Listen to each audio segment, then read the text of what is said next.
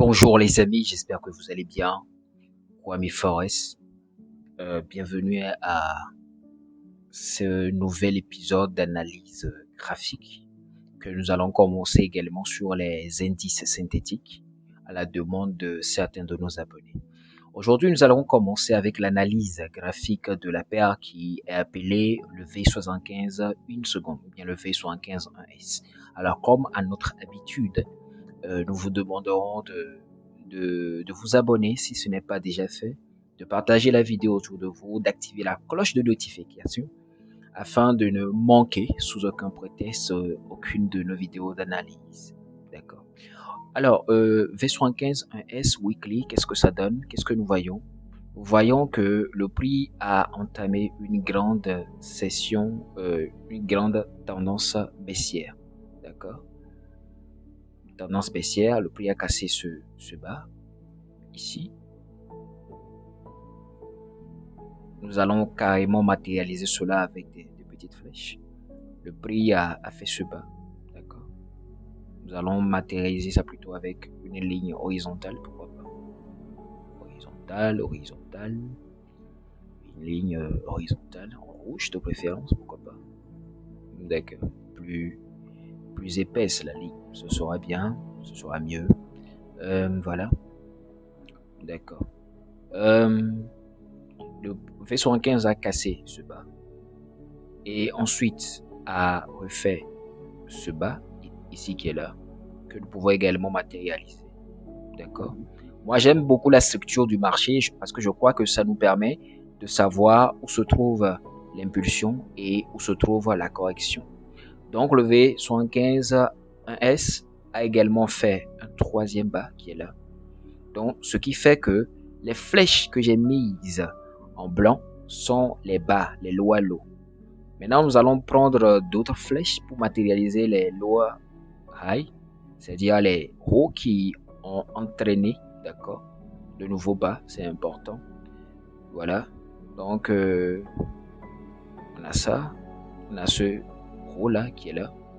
C'est ce haut qui a donné naissance à ce dernier bas, d'accord. Mais malheureusement, le V75 en weekly a cassé ce haut. Et vous savez que selon la théorie de Dow, lorsque un haut dans un grand time frame, une structure dans un grand time frame est brisée, cela veut dire que la tendance est automatiquement invalidée. Donc cela veut dire que à partir d'ici, nous allons matérialiser la grande tendance baissière de V75S avec une ligne de tendance pour ceux qui l'aiment. Voilà. Attendez, j'aimerais tracer une ligne de tendance. Voilà. Voilà, on enlève le FIBO naturellement.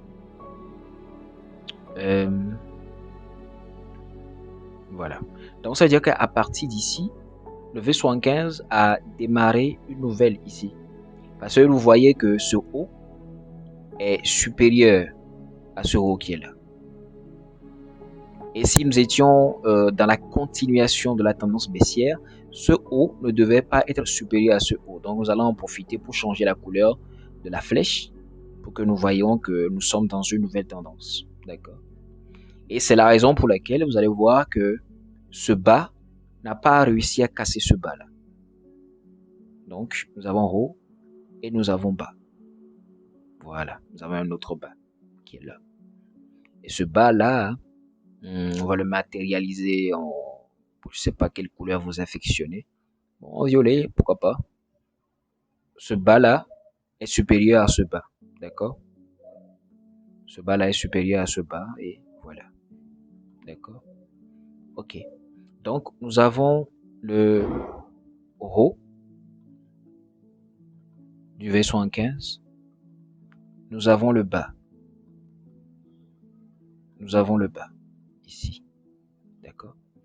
Donc, nos rentrées en position doivent figurer forcément sur un support.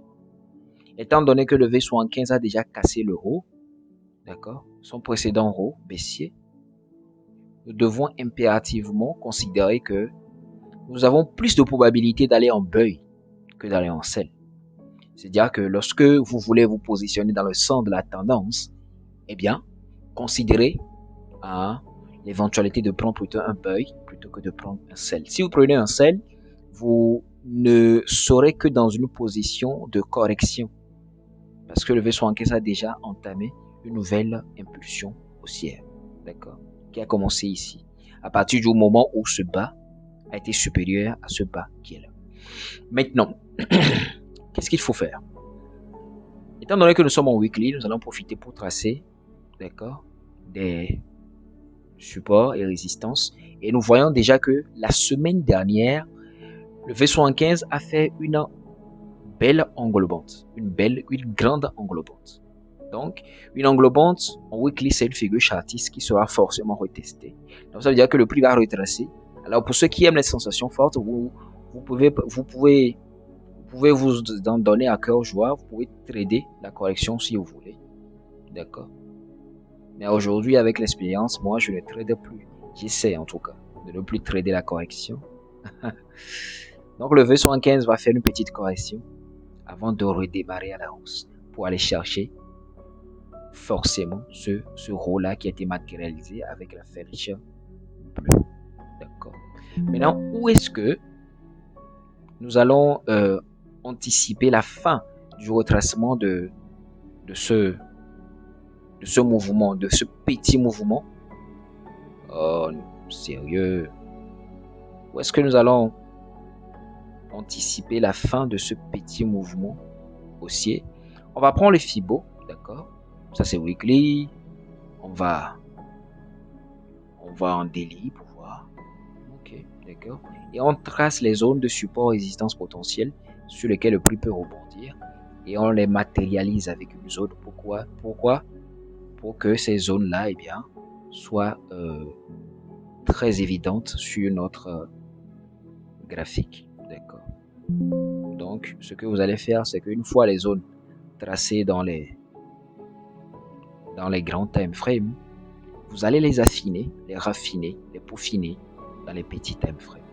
Donc, nous venons de tracer une zone, d'accord, de support en daily. Et nous voyons que ici, par exemple, nous avons également une belle zone qui correspond à un petit bloc de contrat. C'est-à-dire ce petit doji qui a donné naissance à cette grande bougie qui est là. Donc, c'est une zone qu'il ne faut pas négliger. Alors, je vais descendre beaucoup plus bas, d'accord? Rassurez-vous, pour bien tracer les zones qui puissent servir de rebond au prix, à la hausse. Donc, voilà, on est en daily, je crois que c'est bon. Hein. Je crois que c'est bon. On va descendre plus bas, d'accord? Et lorsque vous descendez plus bas, vous voyez que, effectivement, le prix a cassé ce haut. En H4, le prix a cassé ce haut. Donc, nous sommes en présence d'un autre haut, d'un autre high qui est supérieur à ce high précédent. Donc, nous, notre mission, c'est d'attendre la correction. Donc, la correction, on peut s'arrêter dans la zone 32, 38, 2, 50, ou bien la correction peut être beaucoup plus profonde et s'arrêter jusqu'au 61. Donc, patience, patience, patience, patience. D'accord? Donc, notre rôle, c'est d'être patient et de faire en sorte que le prix arrive sur notre zone, que nous voyons nos confirmations et que nous prenons tranquillement la position. D'accord? Donc, ça peut être ici, ça peut être tout autant ici, vous ne pouvez pas savoir, vous ne pouvez pas savoir du tout. Donc, vous pouvez mettre des alarmes pour ne pas oublier, d'accord, alerte, lorsque le prix arrive sur cette zone, le MT5, votre MT5 s'il est ouvert, va clignoter, va émettre des signaux sonores pour vous avertir de ce que, d'accord, le V75 est arrivé effectivement dans votre zone. Donc ici, là, vous pouvez prendre un sell si vous en avez envie, parce que vous voyez que le prix vient de casser un bas, d'accord, d'accord, en H1, ce qui est le signe, ce qui est la preuve d'une violation de tendance. Donc, vous pouvez attendre un petit retracement dans une zone comme ça. Un petit retracement dans une bonne zone, pourquoi pas. Et vous positionnez en sell afin de jouir de ce mouvement de correction jusqu'à cette zone ou bien beaucoup plus bas. Donc, c'est à vous de voir. Donc, voilà un peu ce que nous pouvons dire par rapport au V75-1S. On peut tracer aussi des supports ici, tranquillement. Mais je me fie beaucoup plus, d'accord, à la bougie de weekly. La bougie, cette grande bougie de weekly va retracer forcément parce que la clôture de la bougie de weekly coïncide avec une grande résistance qui est un bloc de contrat. Ça va retracer un tout petit peu. Maintenant, quel sera le degré, quelle sera l'amplitude du retracement? Personne ne le sait. Le marché, il fait ce qu'il veut. Mais les indices sont là. On peut tracer le FIBO. Les indices sont là. Et les indices nous disent que la zone 38.2, la zone 50 ou bien la zone 61.8 peuvent servir de rebond. Ou bien le prix peut être tout à fait capricieux et venir carrément, d'accord, chercher le 78. On observe. Mais à la lui où vont les prix, étant donné la volatilité des indices synthétiques sur dérive, je mets ma main à couper que d'ici mercredi, nous serons ici. Mercredi, jeudi, vendredi, au plus, nous serons ici pour assister à une nouvelle impulsion. Une nouvelle impulsion qui nous amènera ici. Ici, ce sera le TP final de l'impulsion haussière que j'envisage, d'accord? Donc, si moi, je devrais entrer en position sur une de ces zones-là, je sortirai ici.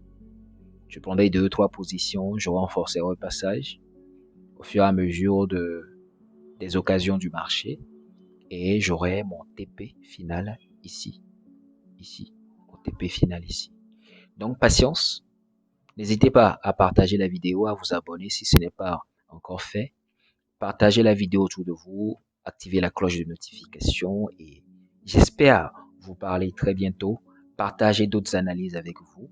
Mettez des commentaires, mettez des likes, ça nous fera plaisir, ça nous booste, ça nous motive, ça nous fait plaisir. Et passez une très belle journée.